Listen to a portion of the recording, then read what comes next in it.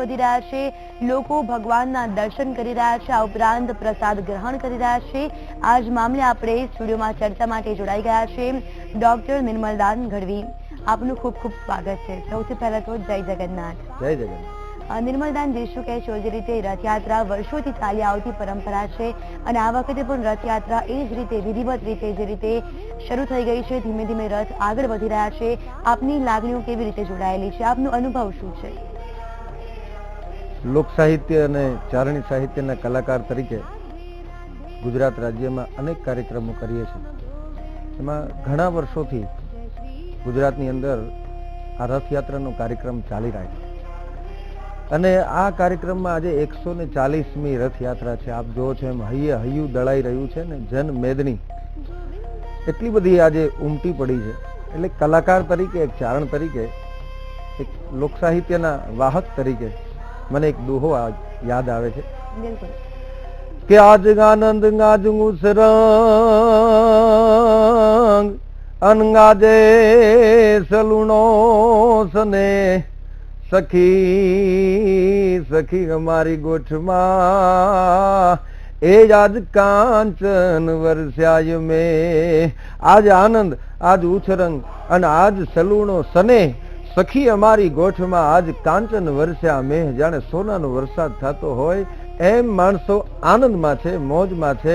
ખરેખર મન મોર બની થનગાટ કરે, મન મોર બની થનગાટ કરે। મેઘાણીભાઈની આ પંક્તિ આજ યાદ આવે કારણ કે અમદાવાદને આંગણે આજ માનવ મહેરામણ થયો છે, આજ માણસો હિલોળે ચડ્યા છે। અને મેં કીધું માનવ મેદની, મેદનીનો શબ્દ એવો થાય છે કે મેદની એટલે ધરતી। જ્યાં ધરતીનું એક પણ પડ તમને ન દેખાય, જ્યાં રજકણ પણ ન દેખાય અને ધરતીની જગ્યાએ માનવ દેખાય, એનું નામ જ છે માનવ મેદની। આજ ખરા અર્થમાં અમદાવાદમાં માનવ મેદની ઉભરાણી છે અને જ્યાં જ્યાં માનવ મેદની ઉભરાય ત્યાં ખરેખર કલાકારનું અને ચારણનું મન મોર બની થનગાટ કરે। અને એમાંય આજ અષાઢ મહિનાનો આજ બીજો દિવસ છે। ભગવાન જગન્નાથના મારે તમારે આંગણે છેક દર્શન દેવા અખિલ બ્રહ્માંડનો માલિક આવી રહ્યો છે અને મને વિશ્વાસ છે કે અષાઢી બીજ છે, આભા મંડળમાંથી વરસાદ પણ આજ એના મારા તમારા અને ભગવાનના ઓવારણા લેવા માટે આવશે। એ અમી છાંટણા નાખશે અને નાખે નહીં તો ચારણ તરીકે, કવિ તરીકે, કલાકાર તરીકે અમારો એક દુહો પણ એમ કહે છે કે જેઠ જો કોરો જાય તો એનો ખંડમાંય ખટકો નહીં। જેઠ મહિનો આખો કોરો જઈ જાય, વરસાદ ન વળશે તો એ ખેડૂતના મનમાં ખંડમાં ખટકો નહીં। એ જેઠ જો કોરો જાય તો ખંડમાં ખટકો નહીં, પણ અષાઢનો એક દી અમને વહમો લાગે વીરડા। હે અખિલ બ્રહ્માંડના માલિક, આજે અષાઢી બીજ છે ને અમી છાંટણા નાખવા માટે તું આવજે।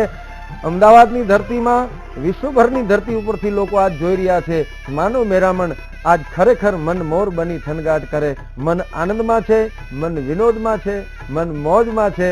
એટલે મોજમાં રહેવું, મોજમાં રહેવું, બસ આવી વાલાની ખોજમાં રહેવું, બાકી મોજમાં રહેવું, મોજમાં રહેવું, એવું આજે થાય છે। ચોક્કસથી ખૂબ સરસ આપે કહ્યું છે। ખાસ કરીને જો વાત કરીએ તો ભગવાનની લીલા છે તે અપરંપાર હોય છે। કૃષ્ણ લીલા વિશે શું કહેશો આપ? ભગવાન કૃષ્ણ એટલે એવું અદ્ભુત તત્વ છે કે જેને સમજાણો છે, જેને જે દ્રષ્ટિથી ભગવાન સમજાણો છે એ દ્રષ્ટિથી એને જોયો છે। કોઈને કૃષ્ણની લીલા સમજાણી છે તો એને કૃષ્ણની લીલાની વાતો કરી છે, કોઈને યુવાન કૃષ્ણ સમજાણો છે તો કોઈએ યુવાન કૃષ્ણની વાતો કરી છે, કોઈને ગોપીઓનો કૃષ્ણ સમજાણો છે તો એને ગોપીઓની વાતો કરી છે, કોઈને યુદ્ધનો કૃષ્ણ સમજાણો છે તો એને યુદ્ધની વાત કરી છે, કોઈને ભાગવત ગીતાનો કૃષ્ણ સમજાણો છે। પણ આ તો પરિબ્રહ્મ પરમાત્મા છે, પરિપૂર્ણ જેને કહેવાય એવો પૂર્ણ પુરુષોત્તમ છે સાહેબ। અને આ કૃષ્ણ એટલે એક એવો દેવ કે સાહેબ જન્મે જેલમાં અને કામ મુક્તિ દેવા ના કરાય, કોઈને ન સમજાય એવો દેવ છે કે જે માણસ સવારના પોરમાં ગોપીઓની સાથે રાસલીલા રમતો હોય એ જ માણસ બીજા દિવસે સવારમાં યુદ્ધમાં, રણ મેદાનમાં, મહાભારતના યુદ્ધમાં શંખ વગાડીને યુદ્ધની શરૂઆત કરતો હોય। જે માણસ તળાવના કિનારે નાતી ગોપીઓના વસ્ત્રો હરણ કરી જાય એ જ માણસ ભરચક સભામાં રૂએ ભામા અને પતિ હામા નિરખતા એ દ્રૌપદીના વસ્ત્રો પૂરવા માટે પણ અખિલ બ્રહ્માંડનો માલિક આવે। સાહેબ આ પરિભ્રમ પરમાત્મા છે, કૃષ્ણ ચંદ્રમણી કાનુડો છે, આની બાળ લીલાઓ તો અનેક છે. આજે આપણે એના રથના વર્ણન કરીએ છીએ, આજે આપણે એની જગન્નાથની યાત્રાના વર્ણનો કરીએ છીએ, ભગવાનની કૃપાના વર્ણનો કરીએ છીએ. પણ અમારો ભગત બાપુ કવિ શ્રી દુલાભાઈ કાગ ભગવાન કૃષ્ણને પ્રશ્ન કરે છે કે આ માનવની મેદનીમાં, આ જગતમાં હે ભગવાન કૃષ્ણ તું જન્મ્યો. બહુ અદભુત વાત છે, ખાસ ધ્યાન દઈને સાંભળજો.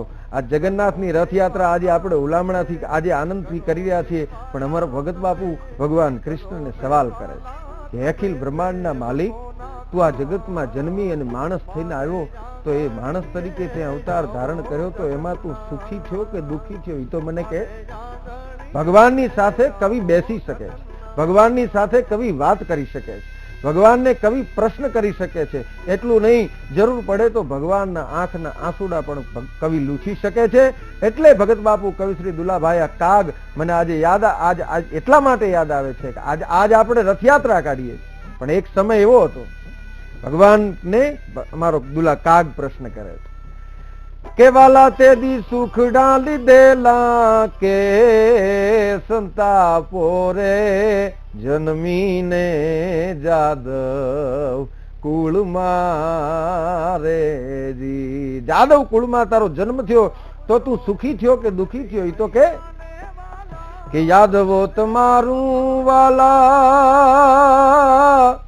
એજી કયું નોતા માનતા રે, યાદવો તમારું વાલા એ કયું નોતા માનતા રે, તેથી તમે વાર્તા પીધેલો રે વારુણી રે એ જન્મીને જાદવ કુળમાં રે. યાદવો તમારું કયું નહોતા માનતા, તેથી તમે વાર્તા નામનો દારૂ પીવો પડ્યો. તો હે કનૈયા, આ જગતમાં સુખી થયો કે દુઃખી થયો? એ તો કે ભગવાન કૃષ્ણની બાળ લીલાઓના વર્ણન તો ભાગવતની અંદર અનેક કર્યા છે, પણ ચારણ તરીકે આવ્યો છું, કલાકાર તરીકે આવ્યો છું, એટલે હું એક નાનકડો પ્રસંગ કહીશ કે જ્યારે ગોપીઓ બધી 25-30 ભેગી થઈ અને માં જશોદાને ફરિયાદ કરવા માટે આવે છે કે માં જશોદા, તારો કાનુડો છે એ અમારા મહિના માટ ફોડી નાખે છે, અમે મૈયારીઓ જયારે માથે માટ લઈને નીકળીએ છીએ ત્યારે તારા કાનુડો છે એ આમ કરીને માટ ફોડી નાખે છે અને અમારા રસ્તા રોકીને ઉભો રહે છે, અને અમે કંસરાજાના મૈયારા. આપણા લોકગીતોમાં પણ કીધું છે કે અમે મૈયારા રે ગોકુળ ગામના, આરે દાન દેવા ને લેવા મયારા રે ગોકુળ ગામના. 25-30 ગોપીઓ બધી ભેગી થઈને માં જશોદાને ફરિયાદ કરવા જાય છે કે માં જશોદા, તારો કાનુડો છે એ અમારા મહિના માટ ફોડી નાખે છે. અને માં જશોદા છે એ દોડીને ઘરમાં જઈને ઘરમાં બેઠેલા નાનકડા બાળ કનૈયાને કહે છે, કનૈયા ખરેખર તે તોફાન કર્યા છે, ખરેખર તું ગોપીઓને હેરાન કરે છે? ત્યારે કાનુડો કે છે, માં આ બધી ગોપીઓ છે એ તો ખોટી છે. જોજો આ બાળ લીલા, અને એમાં અમારું ચારણી સાહિત્ય શું કે છે કે આ બધી ગોપીઓ ખોટી છે? તો કે છે શું કે માં હું તો કદમના ઝાડની નીચે બેઠો બેઠો વાંસળી વગાડતો હતો, યમુનાનો કિનારો હતો, કદમનું ઝાડ હતું, બેઠો બેઠો વાંસળી વગાડતો હતો. એમાં થયું શું કે યા સગરી સગરી સગરી સગરી સગરી ગગરી ગગરી ગગરી ગગરી તબ વાટ પરી ફગરી ફગરી ગુગરી ગુગરી ગુગરી ગુગરી.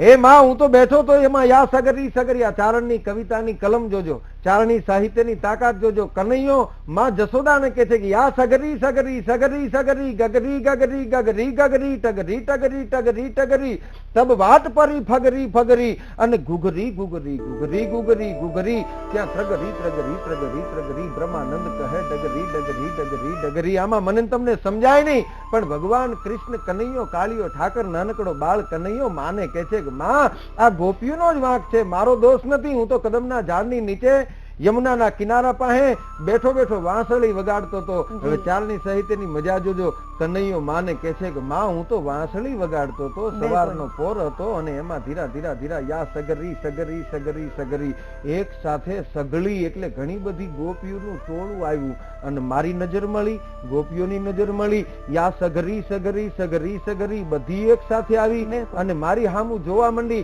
અને મને કહેવા માંડી, કનૈયા વાંસળી વગાડ.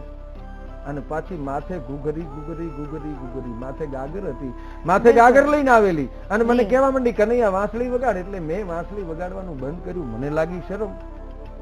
એટલે બધી ભેગી થઈને મને કગરી કગરી કગરી કગરી મને કરગરવા માંડી.